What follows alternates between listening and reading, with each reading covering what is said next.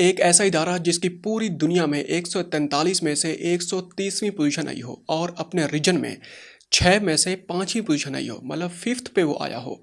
और उसी इदारे का जनाब एक स्टूडेंट जो कि 15वें नंबर पर आया हो क्लास में, और बाद में उसको ज़ोर ज़बरदस्ती के ज़रिए सारे 14 स्टूडेंट्स के ऊपर से गुजार के उसको पहली पोजीशन पे लाया जाए, फिर उसी स्टूडेंट को उसी इदारे का सरबराह बना दिया जाए, और फिर वो हमसे और आपसे ये भी तवक्को रखता हो वो स्टूडेंट कि मेरी इज्जत की जाए, मेरी मदासराई की जाए, मेरी माला जपी जाए। यही नहीं, आपको ये सब करने पे मजबूर भी किया जाए। आप जानते हैं कि उसके नतायज फिर क्या निकलेंगे? वहाँ पर करप्शन होगी, हर किस्म की वहाँ पर बदउनवानी पाई जाएगी, उस इदारे की तबाही के आसार पूरी दुनिया में नजर आना शुरू हो जाएंगे। हमें उम्मीद है कि आप समझ गए होंगे कि हम किसकी बात कर रहे हैं। इस्लामाबाद हाई कोर्ट के चीफ जस्टिस, इज्जत माब honourable chief justice justice Sarfaraz Dogar की हम बात कर रहे हैं। ये बातें हमने सारी क्यों की हैं, थोड़ी देर के बाद इसके ऊपर दोबारा आते हैं। कुछ और खबरें आपके सामने रख लेते हैं, बड़ी इंपॉर्टेंट तरीन खबरें हैं। होता यह है कि पाकिस्तान में 2 दिन पहले करक में एक बहुत बड़ा धमाका होता है, और वहाँ पे पहली मरतबा टेक्नोलॉजी का इस्तेमाल किया जाता है पाकिस्तान की फोर्सेस के खिलाफ। क्वाडकॉप्टर का इस्तेमाल किया जाता है, चॉपर का इस्तेमाल किया जाता है। उसके बाद होता यह है कि वहाँ से जो ज़ख्मी एहलकार होते हैं उनको एम्बुलेंस के ज़रिए जैसे ही अस्पताल लाया जाता है, रास्ते में उस एम्बुलेंस पे फायरिंग की जाती है और उसको आग लगाई जाती है। वो जो सिपाही होते हैं जो उनको आग लगा के उनको शहीद किया जाता है, और जो ज़ख्मी होते हैं उनको भी नहीं छोड़ा जाता। उसके बाद इसी तरह का कल एक इंतहाई अफसोसनाक वाक़या पेश आया बलूचिस्तान में एक घर के ऊपर रॉकेट मारा जाता है BLA के कारिंदों की तरफ से। फितना अल हिंदुस्तान, जिसका हमारी सिक्योरिटी फोर्सेस ने नाम रखा हुआ है, उनकी तरफ से वहाँ के 6 लोगों को शहीद किया जाता है, और बाद में उनकी मैयतों को उसी घर समेत जला दिया जाता है। ऐसे वाक़यात आपने कभी सुने थे? हमने भी नहीं सुने थे। ये सिलसिला अब चल पड़ा है। अब तो इंटरनेशनल मीडिया भी बोलना शुरू हो गया है कि अफ़गानिस्तान के ऊपर जैसे पाकिस्तान ने दूसरा हमला किया है, उसके बाद पाकिस्तान के अंदर हमलों की जो नौइयत है वो बढ़ चुकी है, उसकी नेचर ही तब्दील हो गई है।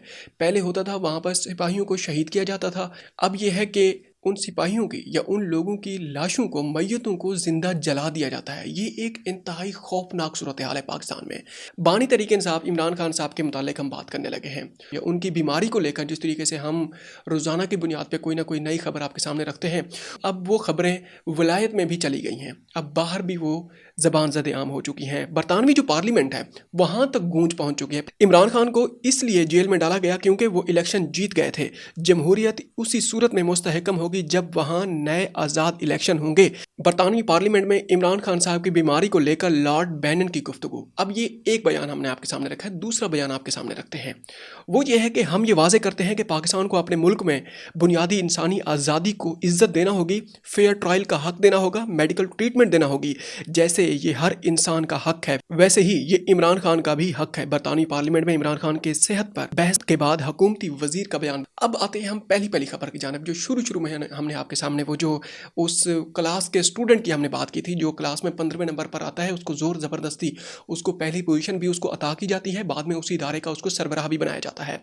हम बात कर रहे हैं जनाब जस्टिस सरफराज डोगर साहब की। होता यह है कि कल 4 करोड़ आबादी का एक वज़ीर आला और एक पार्टी का मुंतखब नुमाइंदा वो इस्लामाबाद हाई कोर्ट पहुंचता है। वो रात को भी नहीं सोता, उसकी आंखों से भी लग रहा होता है कि वो बेचारा रात को भी नहीं सोया।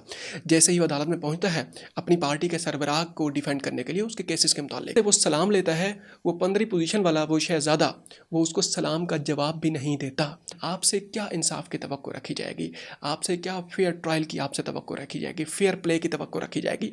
अच्छा, कहानी यही नहीं ख़त्म होती।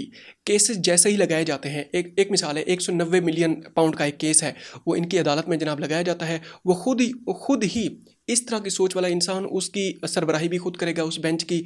अब अंदाज़ा लगाएं, जब वो सलाम देना भी गवारा उसने नहीं किया, जब वो केस का फैसला सुनाएगा उस बेंच का सरबराह होने के नाते, फिर केस का फैसला कैसे आएगा? आप खुद इसी से अंदाज़ा लगा सकते हैं। अच्छा, देखता जा और शर्माता जा, इसकी कहानी थोड़ा सा और आगे बढ़ाते हैं। होता यह है कि बानी तरीके इंसाफ इमरान खान साहब को पिछले हफ्ते की रात उनको अलशिफा अस्पताल उनको मुंतकिल करने के मुतालिक खबरें ज़ोर पकड़ती हैं, लेकिन ऐसा क्यों नहीं होता कि उनको वहाँ शिफ्ट नहीं किया जाता। अब 2 वहाँ पर खबरें सामने आ चुकी हैं, अंदर की खबर है ये। उमर दराज गोंदल साहब जो किसी तारुफ के मोहताज नहीं है, पाकिस्तान में बड़े जीरक जर्नलिस्ट हैं, वो अंदर की खबरें ले आते हैं। अच्छा, उन्होंने कहा है कि 2 वजूहात हैं जिसकी वजह से हुकूमत की वो जो वारदात है, जो उनकी 2 नंबरी है, वो बिल्कुल पकड़ी गई है। अब जनाब हुकूमत ने 2 शराइत रखी हैं, बदनीयती की बुनियाद के ऊपर जो उन्होंने 2 शराइत रखी हैं वो आपके सामने हम रखते हैं, आपको खुद को समझ आ जाएगी। अच्छा, हुकूमत ने 2 शराइत रखी हैं कि हम उस सूरत में बानी तहरीक इंसाफ इमरान खान साहब को जेल से अलशिफा अस्पताल मुंतकिल करेंगे जब तक हमारी 2 शराइत नहीं मानी जाती। एक तो कारकुनान वहाँ पर नहीं पहुँचेंगे, ठीक है, नहीं पहुँचेंगे। दूसरे नंबर पे जो बानी तहरीक इंसाफ इमरान खान साहब की इलाज मुआवजे की जो तफसीलात हैं उनको पब्लिक नहीं किया जाएगा। ये प्रेशर डाला गया उनकी फैमिली के ऊपर। आप इसी से अंदाज़ा लगाएं, उनके इलाज मुआवजे की तफसीलात हैं उनको पब्लिक नहीं किया जाएगा। इसका मतलब यह है कि कुछ और चल रहा था। कि उसका क्या मतलब है, वहाँ पर उनकी आंख का मसला है, दिल का मसला है, गुर्दों का मसला है, क्या है भाई, क्यों पब्लिक नहीं किया जाएगा। इतना अगर ख़तरनाक मामला नहीं है, इतना पेचीदा मामला नहीं है, तो आप कहते हैं आप जाके पब्लिक करें। अगर आपके दिल में खोट नहीं है तो इसके ऊपर आप जब कह रहे हैं कि आप उसको पब्लिक नहीं करेंगे, अच्छा इसके ऊपर फैमिली जब नहीं मानी तो उसके ऊपर जनाब और शराइत रखी गई है। फैमिली ने कहा नहीं, हम कारकुनान को तो नहीं आने देंगे लेकिन उसको हम पब्लिक करेंगे। लेकिन हुकूमत ने फिर और शर्त रख दी है। साहब ज़र बानी तहरीक इंसाफ की जो फैमिली है वो ऑन बोर्ड थी। उस वक्त ने कहा कि इनने कहा हुआ था डॉक्टर आसिम और डॉक्टर उज़मा खान क्योंकि इमरान खान साहब की बहन है, वो डॉक्टर भी हैं, वो उस बोर्ड में शामिल होंगी। इमरान जो उनके जब 2 नाम भेजे गए गवर्नमेंट को, उनने उसके दोनों नाम रिजेक्ट कर दिए। अच्छा, उसके बाद जनाब है एक और है डॉक्टर बरकी, इन्हीं की फैमिली में से है, इमरान खान साहब की फैमिली से है गालिबन, उनका नाम फिर भेजा गया। अच्छा, वो भी रिजेक्ट कर दिया गया। अब अंदाज़ा लगाएं, ये हुकूमत डिसाइड करेगी कि इमरान खान की फैमिली से कौन आएगा उनके इलाज मुआवजे में, या उनकी फैमिली डिसाइड करेगी। आप ये दूसरा खोट अंदाज़ा लगाएं, कितना क्लियर कट खोट जनाब पकड़ा गया है हुकूमत का। और यह है कि किस तरह खुफिया रखा गया है, सीगा राज में रखा गया है उनका दवा इलाज। अभी तक भी कोई सर्टेनिटी नहीं है कि वहाँ पर क्या हो रहा है क्या नहीं हो रहा। अच्छा, इसके अलावा यह है कि कल बानी तहरीक इंसाफ की जो फैमिली है उसने कुछ ज़्यादा ही मतलब यह है कि वो फट पड़ी हैं। उनकी जो बहनें, साहब ज़रे हर एक का भाई बड़ा अजीज़ होता है बहनों को। अच्छा, यह है कि बानी पीटीआई की जो बहन है अलीमा खान ने कल इस्लामाबाद हाई कोर्ट में कुछ मीडिया से बात की है। बानी पीटीआई की बहन अलीमा खान ने पीटीआई क़यादत को आड़े हाथों ले लिया। इस्लामाबाद हाई कोर्ट में मीडिया से गुफ्तगू करते हुए कहा कि बानी पीटीआई के सेहत पर फैसला करना पार्टी का नहीं, हमारा मैंडेट है। मतलब उनकी फैमिली का ये फैसला है। अच्छा, पार्टी वाले बताएं वो क्या कर रहे हैं। आज सीनियर वकला और टिकट होल्डर्स कहाँ हैं? हामिद खान, अली जफ़र, लतीफ़ खोसा कहाँ हैं? बैरिस्टर गौहर जो सेहत की इतनी फ़िक्र कर रहे थे, सब मामला देख रहे थे, आज वो कहाँ हैं? इसके ऊपर बैरिस्टर गौहर ने अलीमा खान साहिबा को जवाब भी दिया है। वो क्या जवाब दिया है वो आपके सामने रखते हैं। चेयरमैन पीटीआई बैरिस्टर गौहर का कहना है कि गुज़श्ता 1 साल में 17 मरतबा इस्लामाबाद हाई कोर्ट और 14 मरतबा सुप्रीम कोर्ट जा चुके। हमारा एक ही मुतालबा है कि बानी पीटीआई के केसेस को लगाया जाए और समाअत की जाए। इलाज के हवाले से दूसरी दरखास्त भी सुप्रीम कोर्ट में फाइल कर दी गई है।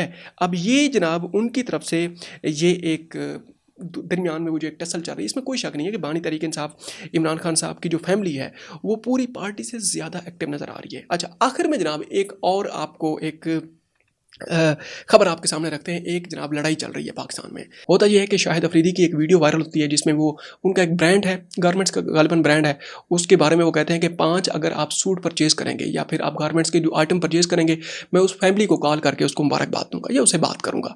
अच्छा, उसके ऊपर जनाब इमरान रियाज खान जनाब एक वो उनके ट्वीट को वो करते हैं, रिप्लाई करते हैं। वो कहते हैं कि पाकिस्तान से अपील है कि इनके कारोबार में मदद करें, शुक्रिया। बेसिकली वो उसको टांट मारते हैं क्योंकि दोनों एक हलीफ है, नजरिया आती हलीफ हैं या जैसे भी हैं। उसके ऊपर जनाब शाहिद अफरीदी साहब जनाब रिप्लाई करते हैं, कहते हैं कि गीले तितर, ये 3 साल पुरानी वीडियो है, गीले तितर को उन्हें कहकर पुकारते हैं। डॉलरों के लिए कब तक सोशल मीडिया पर झूठ और फ्रॉड बेचते रहोगे? कभी सच बोलकर देखो, डॉलर तो कम मिलेंगे लेकिन सुकून बहुत मिलेगा। अब तक के लिए इतना ही, मिलते हैं और व्लॉग में।